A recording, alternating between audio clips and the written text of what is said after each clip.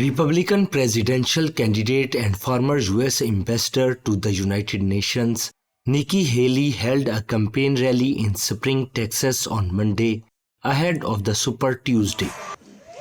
We had 14 people in the race. I defeated a dozen of the fellas. I just have one more fella I gotta catch up to. On Super Tuesday, voters in 15 states and one US territory will participate in the biggest day of nominating contests in the presidential primary. Known as Super Tuesday, 874 Republican delegates will be up for grabs. Don't you think we need to have mental competency tests for anyone over the age of 75?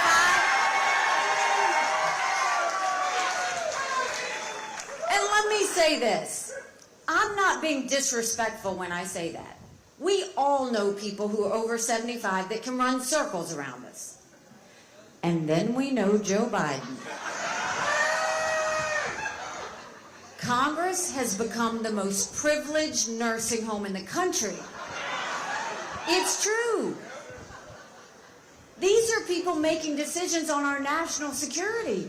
These are people making decisions on the future of our economy. We need to know they're at the top of their game. It's not anything to play with. Last Sunday, Haley won the Washington, D.C. Republican primary, her first victory in the nominating process and a symbolic win for the former U.S. ambassador to the United Nations, Edison Research said. Haley is the only remaining challenger to Donald Trump in the race and the first woman to win a Republican primary in U.S. history, her campaign said.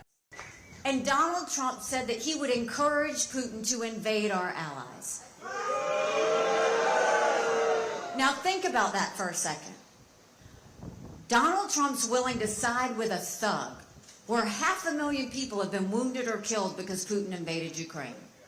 Donald Trump's willing to side with a dictator who kills his political opponents.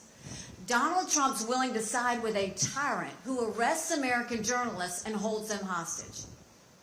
Donald Trump wants to side with a madman who's made no bones about the fact that he wants to destroy America. And you're going to side with him over our allies who stood with us after 9/11? I voted for Donald Trump twice. I was proud to serve America in his administration. But chaos follows him. And we can't be a country in disarray and a world on fire and go through 4 more years of chaos. We won't survive it. The RNC was always about winning seats up and down the ticket.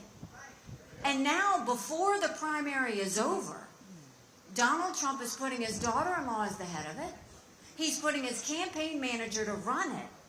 He spent $60 million in campaign contributions on his own personal court cases. And now he's going to make the RNC his own legal slush fund? We lost in 2018. We lost in 2020. We lost in 2022. But look, 2 weeks ago, Republicans lost the vote on Mayorkas. They lost the vote on Israel. The RNC chair lost her job, and Donald Trump's fingerprints were on all of it. How much more losing do we have to do before we realize maybe Donald Trump is the problem? I need you to go vote. I need you to take 10 people with you. I need you to get a yard sign, and if you're one of those people who can't have a yard sign in your yard, put it in the back of your car. I need you to call, text, email all your friends and family, because you would be amazed at how many people are just general election voters. And I want you to give them a message for me. In a general election, we're given a choice. In a primary, we make our choice. It's time for us to make that choice. She still faces near impossible odds in her quest to win the Republican nomination to take on likely Democratic nominee President Joe Biden in November. Trump won the first 8 nominating contests by significant margins before losing to Haley in America's capital city.